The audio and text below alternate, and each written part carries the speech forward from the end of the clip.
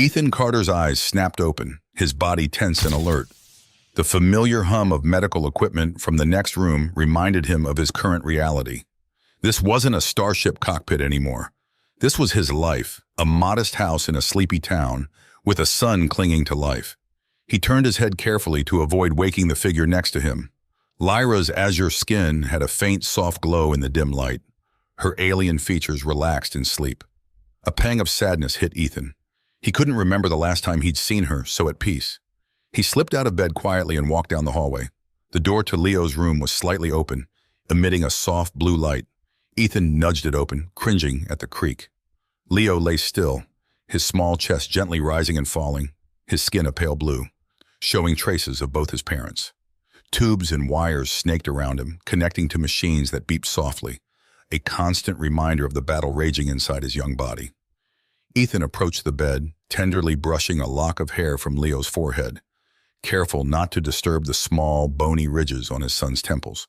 "Hey, champ," he whispered. "How's it going?" Leo didn't stir, but Ethan hadn't expected him to. The medication kept him asleep most of the time now, which the doctors said was best to minimize the pain. His eyes fell on a stack of bills on the bedside table, each one a stark reminder of the mounting debt. He picked up the top envelope, already knowing what it said. Ethan set it back down, jaw tight. "I'll find a way, Leo, I promise." The scent of a warm, alien brew pulled Ethan from his thoughts. He squeezed Leo's hand gently before heading to the kitchen. Lyra was at the counter, 2 steaming mugs in front of her. "You're up early," she said without turning around. Ethan leaned against the doorframe. "Couldn't sleep," he replied. Lyra turned to face him, the bioluminescent patterns on her skin flickering dimly with stress. "Join the club," she said, pushing a mug toward him. "How's he doing?" "The same," Ethan answered, taking a sip of the brew, its unfamiliar taste doing little to settle his anxiety. He hesitated, then said, "We need to talk about the bills, Lyra." Lyra's response was quick, almost defensive. "Not before breakfast," she insisted, her voice softer. "Please." They sat at the kitchen table, the silence heavy. Ethan watched Lyra's fingers drumming against her mug, a nervous habit she'd developed since they moved to Earth. Finally, Lyra broke the silence. "I called the bank yesterday," she said quietly. "They won't extend the loan. We've used up every option, Ethan. We need a miracle." "I heard something at work," Ethan said slowly. "Starline Cosmics is putting together a crew for a new mission. They're paying well, really well. Enough to cover Leo's treatments, and then some." Lyra's face hardened, her alien features becoming more pronounced. "A mission? Back into space? You promised, Ethan?" "This is different," Ethan said, trying to explain. "It's private sector, high risk, yes, but the reward—" "What about the risks?" Lyra cut him off, her voice rising. "What's the use of all that money if you don't come back?" A high-pitched beep interrupted them, followed by a faint cry from Leo's room. They rushed to his side, Ethan's heart pounding as he saw the flashing lights on the medical equipment. Leo was thrashing weakly, his pale blue skin flushed. "It's okay, buddy," Ethan soothed, reaching for the emergency medication.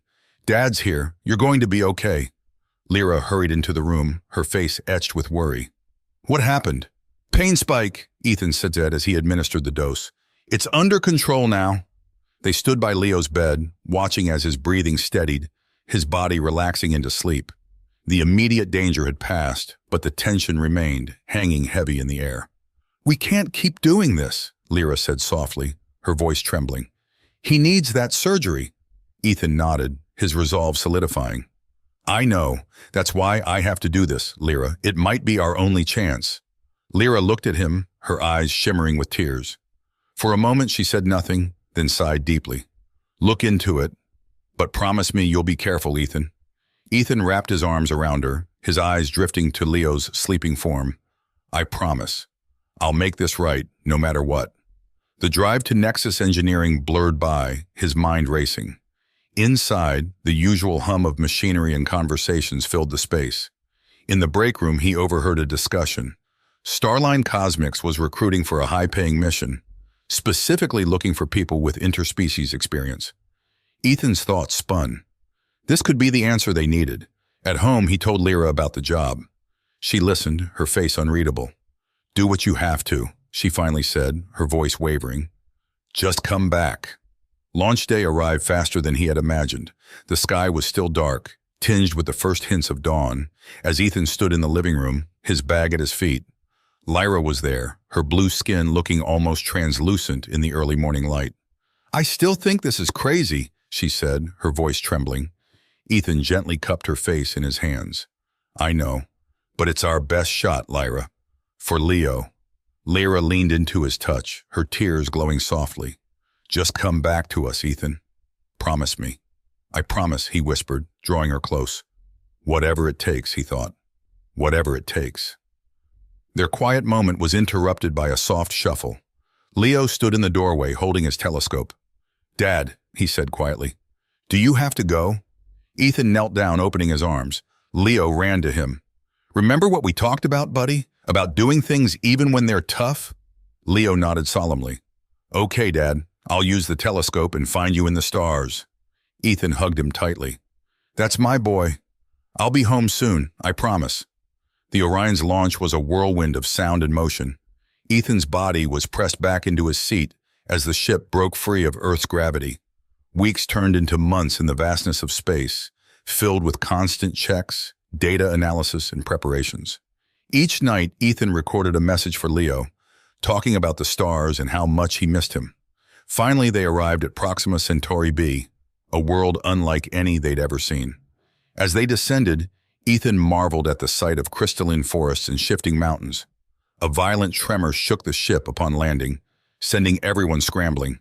Ethan fought the controls, yelling at the crew to hold on. He woke up with the taste of blood in his mouth and alarms blaring. Smoke filled the cockpit, and through the view screen, he saw shadowy figures in the mist. Mira, their biologist, was at his side, her head bleeding. "We have to go," she urged, panic in her eyes. They stumbled out onto the planet's surface, the air thick with glowing spores. The Orion was half buried, being absorbed by the ground. As they neared the escape pod, a massive creature loomed from the mist, a horrifying mass of tentacles and light. Ethan pushed Mira and the others into the pod, turning to face the creature, ready to buy time. The pod launched, darkness enveloping Ethan. His final thoughts were of Leo, gazing through his telescope, waiting for his return. Months later, Lyra stood in their backyard, watching Leo peer through his telescope, the boy's skin now vibrant and healthy. "Mom, I found it!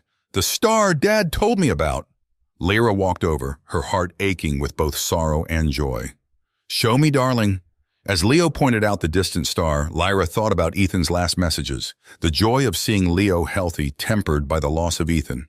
"Do you think Dad can see us up there?" Leo asked softly.